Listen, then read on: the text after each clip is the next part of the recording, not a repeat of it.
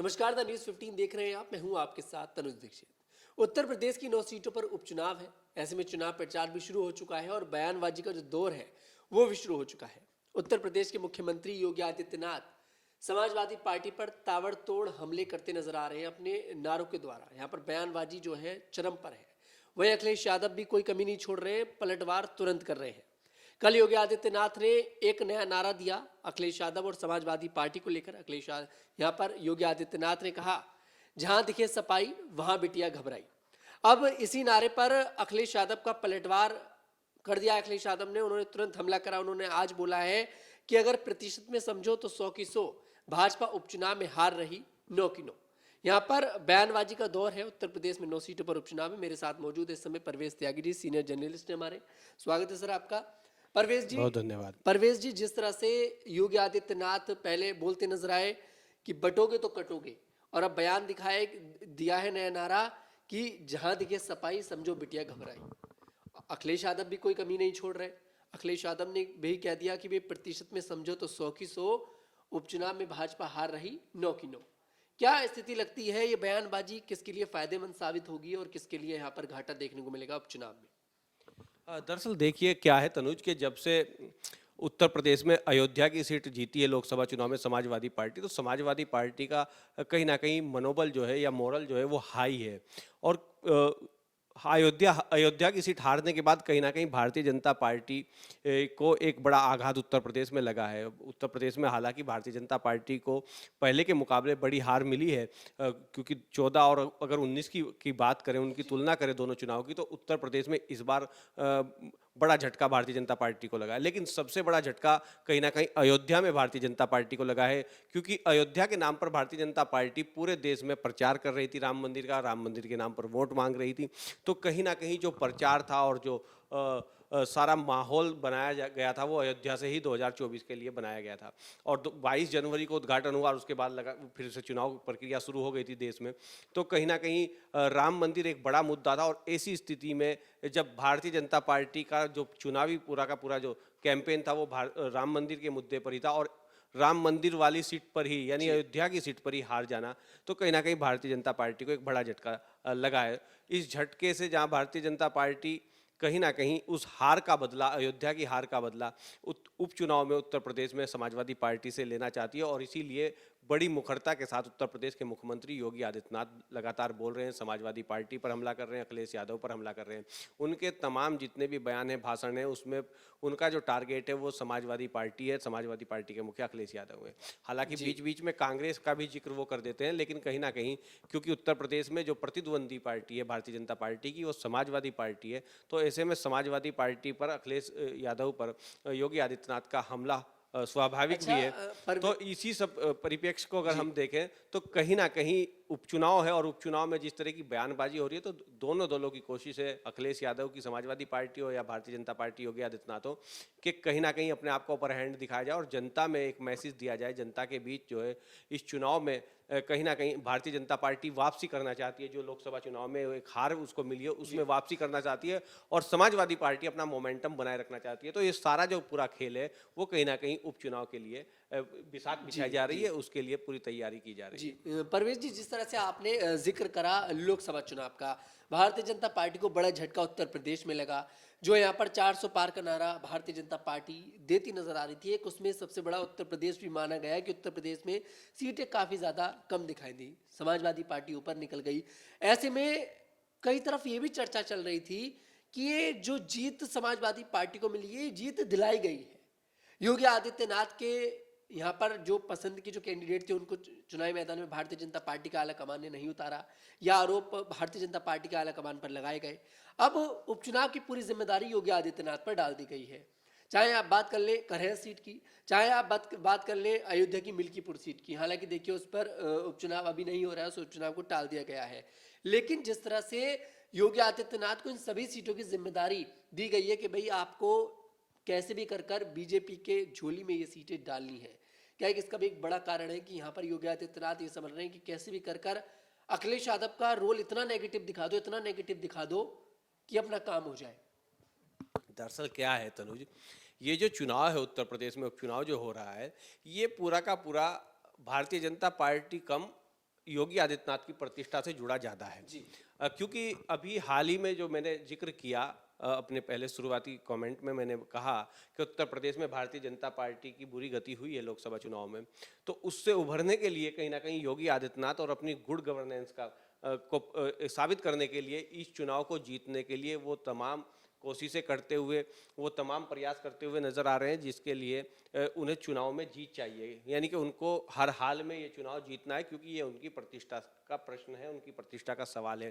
अगर जो बात आप कह रहे हैं, अगर भारतीय जनता पार्टी इस उपचुनाव में कहीं ना कहीं बढ़त हासिल करने में समाजवादी पार्टी पर नाकाम रहती है, या चुनाव की जो उम्मीद की जा रही है कि सत्ता के उपचुनाव जो होता है वो सत्ता के फेवर में जाता है, सत्ता के पक्ष में जाता है, लेकिन उत्तर प्रदेश में भारतीय जनता पार्टी का ऐसा कैलकुलेशन भी नहीं है कि भारतीय जनता पार्टी अधिकांश चुनाव उत्तर प्रदेश में उपचुनाव जीती और अधिकांश हारी है। उनका जो इतिहास है, उनका जो रिकॉर्ड है, लेकिन कहीं ना कहीं इस उपचुनाव को जीतकर योगी आदित्यनाथ, जो उन्होंने कल एक शब्द बोला था, उन्होंने कल अपने बयान में गाजियाबाद में एक बात कही थी कि यूपी में जो परसेप्शन बना है उस परसेप्शन को आगे बढ़ाने के लिए और बचाने के लिए भारतीय जनता पार्टी को वोट देकर जिताना है। तो उन्होंने जो परसेप्शन, मतलब जो उन्होंने एक बड़ी बात कही कि यूपी में जो परसेप्शन बना हुआ है, जो सरकार का जो एक परसेप्शन बन गया है और जो सरकार ने जो परसेप्शन बनाया है, जो धारणा बनाई है जनता के बीच, उसको बचाना भी है और उसको आगे बढ़ाना भी है। तो आप इससे समझ सकते हैं कि योगी आदित्यनाथ इस चुनाव को लेकर उनके लिए कितना महत्वपूर्ण चुनाव, और इस चुनाव को लेकर वो कितना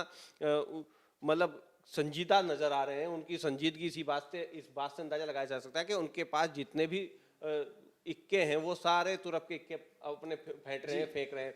तो उनकी पूरी कोशिश कहीं ना कहीं इस पूरे चुनाव को जीतने की है। उनका प्रयास यह है कि कम से कम 9 सीटों पर चुनाव हो रहा है, तो मुकाबला 8-1, 7-2 या 6-3 भी कम से कम हो, तो कम से कम upper hand Bharatiya Janata party से उनकी कोशिश यही है। परवेश जी, योगी आदित्यनाथ के अपने प्रतिष्ठा का यहाँ पर सवाल करा कि उनकी प्रतिष्ठा पर चुनाव लड़ा जा रहा है। योगी आदित्यनाथ के अब लिए यहाँ पर सम्मान की बात आ गई है कि कैसे भी कर ये चुनाव जीतना है, क्योंकि बात अब गद्दी पर आ गई है। कई तरफ ये भी चर्चा रही कि योगी आदित्यनाथ की गद्दी छीनने की ताल में बीजेपी है। यहाँ पर दिल्ली के मुख्यमंत्री अरविंद केजरीवाल भी पूर्व मुख्यमंत्री, माफी चाहूंगा, अरविंद केजरीवाल भी ये आरोप लगाते नजर आए थे, तब वो मुख्यमंत्री थे। उन्होंने भी उस टाइम पर ये आरोप लगाया जब हरियाणा के चुनाव चल रहे थे, तब उन्होंने बोला था कि अब जिस तरह से शिवराज सिंह चौहान से उनकी गद्दी छीन ली गई, अब उत्तर प्रदेश के मुख्यमंत्री योगी आदित्यनाथ से हरियाणा के चुनाव में नहीं तनुज, लोकसभा चुनाव में जब वो जेल से बाहर आए थे तो उन्होंने लोकसभा चुनाव के दौरान ही ये बात कही थी। माफी चाहूंगा, यहाँ पर लोकसभा चुनाव के दौरान ये बात कही गई थी। तो ऐसे में क्या परवेश जी आपको लगता है, क्या उस बात में कुछ दम दिखाई दिया? देखिए, जिस तरीके की बीच बीच में दिल्ली और लखनऊ के बीच आपसी तालमेल की कमी दिखाई देती है, नेताओं में आपसी सामंजस्य की कमी भारतीय जनता पार्टी की सरकार में, संगठन में दिखाई देती है उत्तर प्रदेश और दिल्ली के बीच, तो वो कहीं ना कहीं इस बात की तरफ इशारा करते हैं कि सरकार और संगठन में कहीं कुछ बेहतर नहीं चल रहा है, सब कुछ ठीक नहीं है, तालमेल ठीक नहीं है। और यही वजह है कि इस तरह की चर्चाएं जन्म लेती हैं। इस तरह की बात अरविंद केजरीवाल कहते हैं, या अखिलेश यादव भी अक्सर अपने ट्वीट के जरिए, अपने बयान के जरिए ये बात कहते हैं।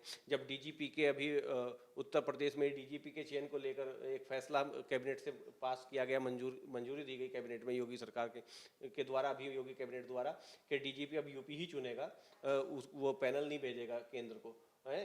तो उसके बाद भी अखिलेश यादव ने ये बात कही थी कि कहीं ना कहीं अब पार्ट 2, दिल्ली और यूपी के टकराव का पार्ट 2 शुरू हो गया है। तो ये ऐसी बातें इसलिए होती हैं कि राजनीति में सभी दल कहीं ना कहीं एक मैसेज देने का काम करते हैं और अपना नैरेटिव सेट करने का काम करते हैं। तो ये जो नैरेटिव सेट करने वाली बात है, ये सभी दलों में ये बात होती है। अगर भारतीय जनता पार्टी में जिस तरीके का मुखरता से बोल रहे हैं योगी आदित्यनाथ, और विदेश नीति पर भी वो बात करते हुए दिखाई देते हैं, उसको लेकर कहीं ना कहीं इसी वजह से कहीं ना कहीं भारतीय जनता पार्टी में इस तरह की चीजें दिखाई पड़ती हैं या सुनाई पड़ती हैं, और उसी पर विपक्ष हमला करता है। परवेश जी, जिस तरह से अयोध्या में लोकसभा चुनाव में हार मिली, बहुत थूथू हुई बीजेपी की, बहुत थूथू होती नजर आई उत्तर प्रदेश के मुख्यमंत्री योगी आदित्यनाथ की, क्योंकि राम मंदिर तभी देखिए उसका उद्घाटन हुआ और उसके बाद चुनाव प्रचार भी शुरू हो गया, बीजेपी लग गई जोरों शोरों से, अयोध्या में चुनाव हार गई। ऐसे में क्या उस हार का बदला करहल से लिया जाएगा? क्योंकि यहाँ पर करहल एक ऐसी सीट है जिस पर 2002 में बीजेपी जीती थी, लेकिन अगर वैसे मैं ओवरऑल बात करूं तो हमेशा समाजवादी पार्टी का गढ़ रही है, बड़ा गढ़ माना जाता है। और अखिलेश यादव इस सीट से विधायक थे, हालांकि कन्नौज से चुनाव जीते, सांसद बने तो इस सीट से इस्तीफा दे दिया। अब इस सीट पर उपचुनाव है और इस सीट पर समाजवादी पार्टी की तरफ से तेज प्रताप यादव है और इसी सीट पर मुलायम सिंह यादव के दामाद अनुजेश यादव को यहाँ पर मौका दिया है भारतीय जनता पार्टी ने। यादव वर्सेस यादव का मुकाबला है। यहाँ पर टक्कर में मायावती भी हैं। साक्य यहाँ पर उतारा गया है, यहाँ पे साक्य समाज की तरफ से, मायावती की तरफ से। क्या लगता है आपको, बीजेपी इस सीट को जीत दर्ज करेगी, सीट पर समाजवादी दर्ज करेगी जीत, या फिर मायावती इस बार जादू चलेगा? तनुज देखिए क्या है कि ये सीट, ये बात सही है कि साल 1993 से लेकर लगातार, अगर एक बीच में साल 2002 की बात छोड़ दें, भारतीय जनता पार्टी जीती थी और वो भी बड़े कम अंतर से जीती थी। लगभग 700 कुछ वोटों से भारतीय जनता पार्टी ने वो चुनाव जीता था। और जो पूर्व में समाजवादी पार्टी के विधायक रहे थे वही भारतीय जनता पार्टी के प्रत्याशी थे उस समय। एक चुनाव को छोड़ दे, बाकी लगातार यहाँ समाजवादी पार्टी का ही करहल की विधानसभा सीट पर कब्जा है। ये करहल विधानसभा दरअसल मैनपुरी जिले के अंतर्गत आती है, मैनपुरी लोकसभा के अंतर्गत आती है। और मैनपुरी लोकसभा समाजवादी पार्टी की परंपरागत सीट कही जाती है, यानी कि ये समाजवादी पार्टी का, मुलायम परिवार का, सैफई परिवार का एक तरीके से गढ़ कहलाती है।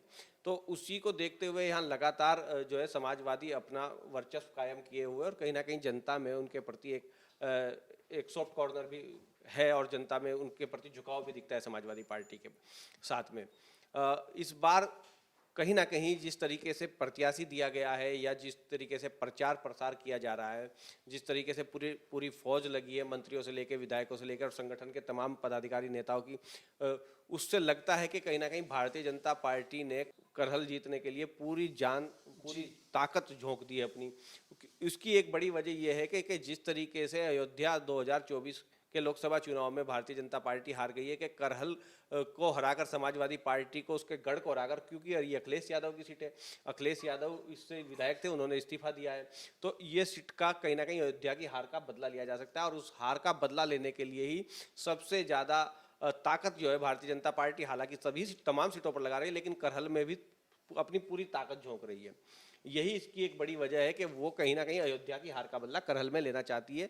और ये बात दिखाई भी पड़ रही है कि आज जो है 9 विधानसभा सीटों पर इस बार उपचुनाव हो रहा है यूपी में, और सबसे हॉट जो सीट है वो करहल बन गई है। और आपने देखा भी, जो मैनपुरी की सांसद हैं, अखिलेश यादव की पत्नी भी हैं, डिंपल यादव, वो जिस दिन से नामांकन तेज प्रताप यादव का हुआ है, नामांकन के दिन से लेकर और लगातार आज तक लगातार करहल में डेरा डाले हुए हैं, करहल विधानसभा के गांव-गांव घूम रही है, करहल विधानसभा के गांव-गांव जा रही हैं, मतदाताओं के बीच लगातार उपस्थिति दोनों के लिए प्रतिष्ठा बन गई है। तरीके से योगी आदित्यनाथ ने अपनी प्रतिष्ठा का सवाल बना लिया है, इस सीट को जीतना है, उसी तरीके से समाजवादी पार्टी ने भी अपनी प्रतिष्ठा का सवाल, मतलब डर है परवेज जी समाजवादी पार्टी के अंदर भी कि कहीं बीजेपी बाजी मार सकती है। बिल्कुल बिल्कुल, समाजवादी पार्टी भी कहीं भी कमी नहीं छोड़ना चाहती कि वो इस सीट को लूज करे। तो समाजवादी पार्टी की कोशिश है कि इस सीट को अच्छे मार्जिन से जीता जाए, जिस तरीके से, क्योंकि अखिलेश यादव की सीट है और डिंपल यादव यहाँ से सांसद हैं, तो डिंपल यादव इसीलिए लगातार, अखिलेश यादव भी यहाँ प्रचार में आ चुके कई बार, पूरा सैफई परिवार लगाए, पूरा मुलायम परिवार लगाए, और डिंपल यादव का लगातार मैदान में होना वो इस बात का ही संकेत है, इस बात का ही साफ इशारा है कि समाजवादी पार्टी के लिए ये सीट कितनी प्रतिष्ठा वाली सीट है। और समाजवादी पार्टी इस सीट को जीतने के लिए अपनी कोई कोर कसर समाजवादी पार्टी भी नहीं छोड़ रही है। जी बिल्कुल, बहुत बहुत धन्यवाद परवेज जी आपका। और अब ऐसे में देखते हैं कि आखिरकार क्या कुछ उत्तर प्रदेश के इस उपचुनाव में होता नजर आएगा। अभी बयानबाजी का दौर जारी है। योगी आदित्यनाथ यहाँ पर अखिलेश यादव पर ताबड़तोड़ हमले बोल रहे हैं बयानों के द्वारा, और वहीं अखिलेश यादव भी कोई कमी नहीं छोड़ रहे, तुरंत पलटवार कर रहे हैं, चाहे योगी हो चाहे मोदी हो, किसी को भी नहीं छोड़ रहे अखिलेश यादव। और जिस तरह से परवेज जी ने बताया, प्रतिष्ठा का सवाल योगी आदित्यनाथ के लिए ये उपचुनाव बन गया है। और कहीं ना कहीं जिस तरह से बोर्ड के एग्जाम में प्री बोर्ड होता है, उत्तर प्रदेश में जो 9 सीटों पर बाई इलेक्शन हो रहा है, ये भी कहीं ना कहीं प्री बोर्ड की तरह हो गया है, क्योंकि 2027 में उत्तर प्रदेश में विधानसभा चुनाव है और उससे पहले 9 सीटों पर उपचुनाव। शायद ये दर्शाता नजर आएगा कि आखिरकार 2027 के विधानसभा चुनाव में किसकी लहर दिखाई देने वाली है। अब देखते हैं कि आखिरकार उत्तर प्रदेश में इन 9 सीटों पर किसकी जीत दर्ज होती नजर आती है। 20 नवंबर को इन सभी 9 सीटों पर मतदान है और यहाँ पर 23 नवंबर को परिणाम आएगा। इसमें देखते हैं कि आखिरकार समाजवादी पार्टी की साइकिल चलती नजर आएगी या फिर कमल खिलता नजर आएगा। हमारे साथ देखते हैं द न्यूज़ 50।